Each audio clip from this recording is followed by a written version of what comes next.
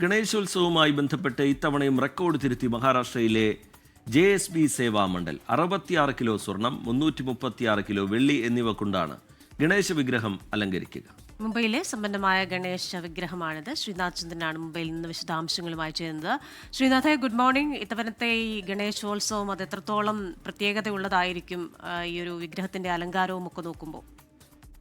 സുഷീന, മുംബൈയിലെ ഏറ്റവും പ്രധാനപ്പെട്ട അല്ലെങ്കിൽ മഹാരാഷ്ട്രയിലെ ഏറ്റവും പ്രധാനപ്പെട്ടതും വിപുലവുമായ ആഘോഷമാണ് ഗണേശോത്സവം. അതിന്റെ ആഘോഷവുമായി ബന്ധപ്പെട്ട് വിവിധയിടങ്ങളിൽ ഗണേശ പന്തലുകൾ നിർമ്മിക്കുകയും അതിനുള്ളിൽ വലിയ ഗണേശ വിഗ്രഹങ്ങൾ സ്ഥാപിച്ച് പൂജ നടത്തുന്നതുമാണ് അതിന്റെ പ്രധാനപ്പെട്ട ചടങ്ങുകൾ. പിന്നീട് അത് സമുദ്രത്തിൽ അർപ്പിക്കുകയും ചെയ്യും.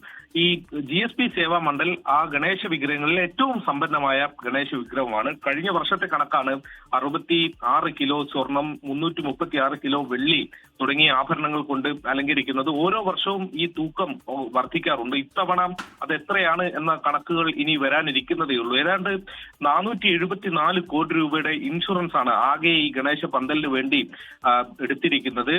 ന്യൂ ഇന്ത്യ അഷുറൻസ് ആണ് ഇൻഷുറൻസ് നൽകുന്നത്. കഴിഞ്ഞ വർഷത്തെ അപേക്ഷിച്ച് 74 കോടി രൂപ അധികമാണ് ഇൻഷുറൻസ് തുകയിൽ ഇത്തവണ വന്നിട്ടുള്ളത്. യഥാർത്ഥത്തിൽ ഈ ആഭരണങ്ങൾക്ക് വേണ്ടി മാത്രമല്ല ഈ വലിയ ഇൻഷുറൻസ് തുക. 375 കോടി രൂപ നീക്കിവെച്ചിരിക്കുന്നത് പുരോഹിതന്മാർ, സന്നദ്ധ പ്രവർത്തകർ, ഭക്ഷണം പാകം ചെയ്യുന്നവർ, സുരക്ഷാ ഉദ്യോഗസ്ഥർ എന്നിവരുടെ വ്യക്തിഗത അപകട ഇൻഷുറൻസിനാണ്. 67 കോടി രൂപയാണ് ആഭരണങ്ങൾക്ക് വേണ്ടി ഇൻഷുറൻസ് തുകയിൽ വരുന്നത്. അതിന്റെ പരിധി വരുന്നത് 30 കോടി രൂപ പൊതുബാധ്യത ഇൻഷുറൻസ്. അങ്ങനെയാണ് 474 കോടി രൂപയുടെ ഇൻഷുറൻസ്. ശരി, ശ്രീനാഥ് ചന്ദ്രൻ മുംബൈയിൽ നിന്ന് വിശദാംശങ്ങൾ പങ്കുവെക്കുകയായിരുന്നു.